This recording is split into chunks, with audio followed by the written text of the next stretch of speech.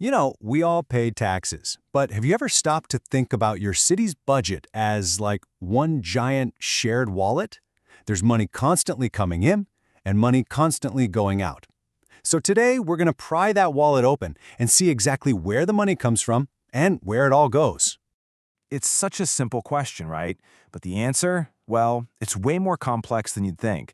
When you pay your property tax or see that money disappear from your paycheck, it can feel like it's just vanishing into a black hole. But it's not. That money funds literally everything that makes a city run. So, let's follow the money. All right, so the best way to wrap our heads around this is to think of a city budget kind of like a basic income statement. You've got the revenue side, that's all the money coming in, and then you've got the expenditure side, all the money going out. First up, let's look at the revenue. Okay, this chart right here, this is going to be our roadmap. It's a budget breakdown for a typical city in California. On the left side, you see revenues. That's the cash coming into the city's wallet.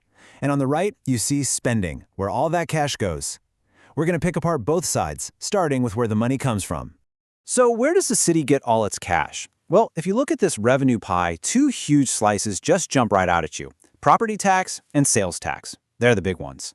After that, you've got utility user taxes, those little fees on your electric and water bills, and that TransOc tax, that stands for Transient Occupancy Tax, which is basically a tax on hotel stays. The rest is a mix of different fees for specific city services. But let's just focus on this one number for a second, 28%. This is absolutely crucial because it shows that property taxes are the single biggest, most important source of income from most cities. It's the financial foundation that pretty much everything else is built on. Okay, so we've got the coming in part down. Now for the really interesting question. How does the city actually spend all that money? Let's hop over to the other side of the ledger and see how all that revenue gets divvied up. And wow, right away, the picture becomes incredibly clear. Public safety is, by a huge margin, the biggest expense. Police services alone eat up a massive 36% of the budget. Then you've got fire and emergency medical services coming in at 25%. Everything else? It's way, way smaller in comparison. Now, if you just add those two top categories together, you get 61%. I mean, just think about that. More than 60 cents of every single tax dollar a city spends goes directly to police and fire departments. That tells you, loud and clear, that a city's #1 operational priority is public safety. But here's the thing. These high-level numbers don't always tell the whole story. Sometimes the really important stuff is happening behind the scenes and how that money gets moved around.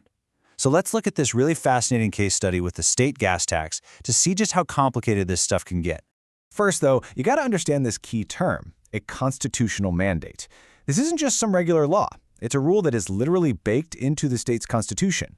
You can think of it like a lockbox. It says money from a specific tax has to be used for a specific purpose, like transportation, and nothing else, period.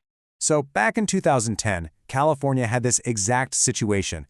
The gas tax money was locked up, mandated only for transportation projects, but the state really needed more flexibility in its budget. So it pulled off this pretty clever legislative maneuver. It essentially swapped the gas tax for a totally different kind of tax. And this new tax money? It wasn't subject to the mandate, so it could go right into the general fund to be spent on, well, anything. As you can probably guess, this whole move was pretty controversial. Was it a smart, necessary tool for managing a really tough budget? Or was it kind of a sneaky way to follow the letter of the law while totally ignoring its original spirit?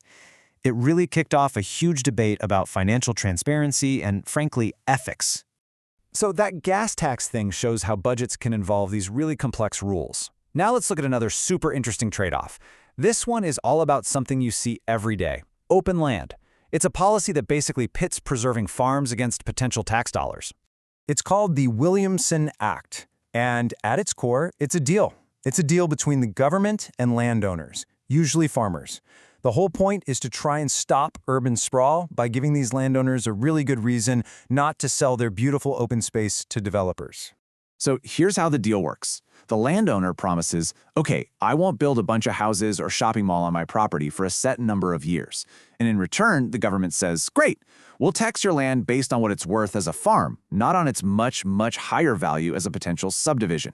For the landowner, this means a huge break on their property taxes. And that leads us right to the heart of the debate.